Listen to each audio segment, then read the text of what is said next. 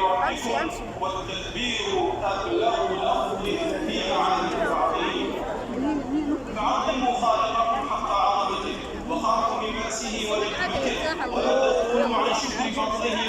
ونعمته وانقادوا لأمره ونهيه ولا تعارضوهما بترخص جاف أو تشديد غال